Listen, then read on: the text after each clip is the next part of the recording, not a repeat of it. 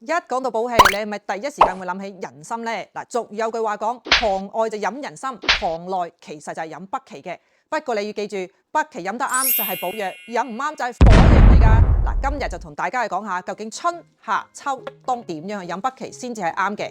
最後嗰段係講到你哋入邊嘅紅色嘅管管路路點樣去補嘅，個個都會忽略，所以記得睇到尾啊！嗱，一到夏天又熱又焗又攰，成個人冇晒電，呢個時候我哋就要飲元氣四補茶啦，有北芪、麥冬、黨參、西洋參，飲完覺得清清涼涼，冇咁易攰，仲可以幫我保持精神煥發。秋天乾，喉嚨成日痕，耐唔耐就咳兩聲，連啲皮膚都覺得掹掹緊啊！我哋就用北芪、百合加玉竹攞嚟潤一潤佢，好似幫你個豬肺仔抹咗層柔順劑咁爽㗎喎！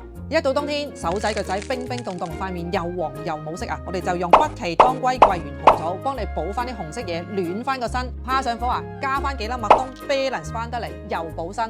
嗱，嚟到春天最容易就係個人覺得好唔開心，成日都屈住咁樣，我哋就用北芪、玫瑰同陳皮嚟煲水，幫助調節下我哋嘅心情，面色紅紅潤潤，心情梗係自然開心啦。如果你覺得個人好容易攰人，面色又唔係咁好，可能係啲紅色嘢太過足、太過結喎，咁我哋就飲呢個三通茶，有北芪、子丹參同埋山楂，幫你通翻啲管管路路，咁成個人自然就放鬆晒啦。你想身體好，就從日常嘅飲茶開始啦。嗱，記得關注我啊，下次分享更加多嘅健康小貼士。